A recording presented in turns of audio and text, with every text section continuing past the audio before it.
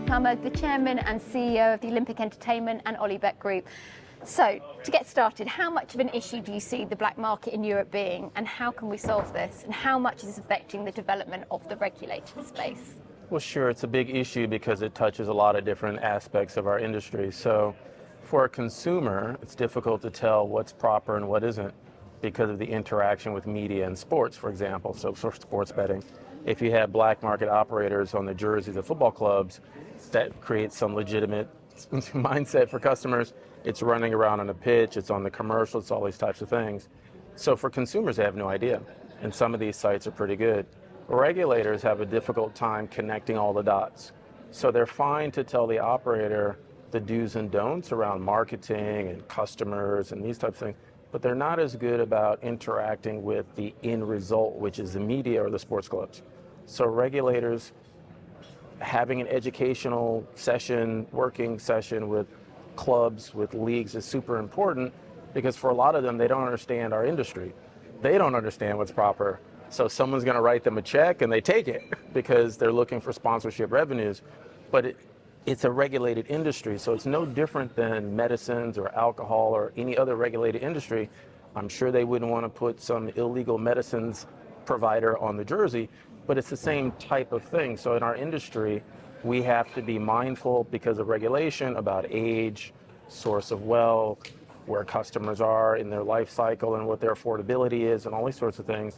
These other types of unlicensed operators don't play in that field that we play in. So the investment that we make into local communities, paying taxes and following the laws, they don't have to do this. So that extra bit of money that they would normally have to pay for tax or community programs, they put into tech, they put into marketing, and they put into customers that are unregulated, unsupervised, AML policies and this types of things. So it's a huge problem around a lot of different times. But at the end of the day, it's a consumer protection issue. And so it's the responsibility of the government and the regulator to get it right. And in most markets, they haven't gotten there yet.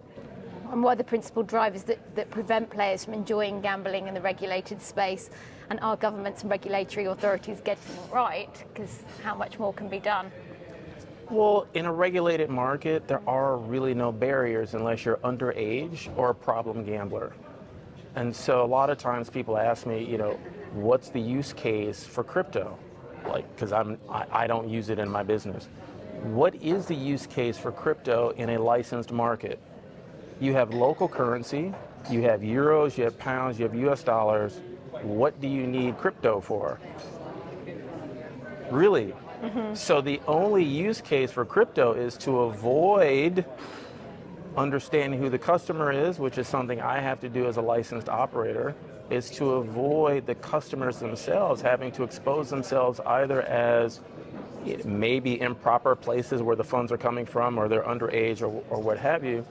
It's a regulated industry and we have these rules in place for a reason, and everyone can argue about how far regulation goes in different territories, but the essence of it is it's a regulated product and a regulated industry, and those actors that are in it, participating in our industry without following the regulations, are no different than any other bad actor in any other regulated industry.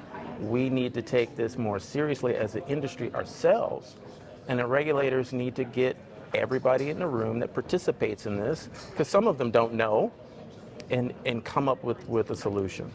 And looking to your global markets and also your new markets, where do you see the most growth potential in Europe and beyond? And what do you think the key trends will be that will shape 2024? Well, certainly from a geographical perspective, Africa has a lot of potential. More markets are regulating, especially in the online space, which is great. Mm-hmm. South America, more territories are regulating or have recently. Colombia, Peru, Chile is in the process. Brazil, a lot of people are happy about this one. So if you're already in that space, that's great. But for uncharted territories, I would say Africa has probably the most potential. And then some distance down the road, 5 to 10 years, more of the Middle East and Asia will regulate, especially in the smaller countries. In Europe, it's a mature space. Most countries are regulated, even recently, like the Netherlands, but most countries are regulated, and so the growth varies a lot between mature markets like the UK or France or something like that. and newer digital markets like the Netherlands. Finland's going to open the market in a couple of years, is a road that they're on to. So there are smaller pockets of opportunity and growth in Europe, but big explosive growth is in Africa and South America. Certainly in Africa, the population is massive. It's a young society, broadly speaking, and it's a mobile-first society, broadly speaking. So for our industry, these are great dynamics. And so there's a lot of potential there.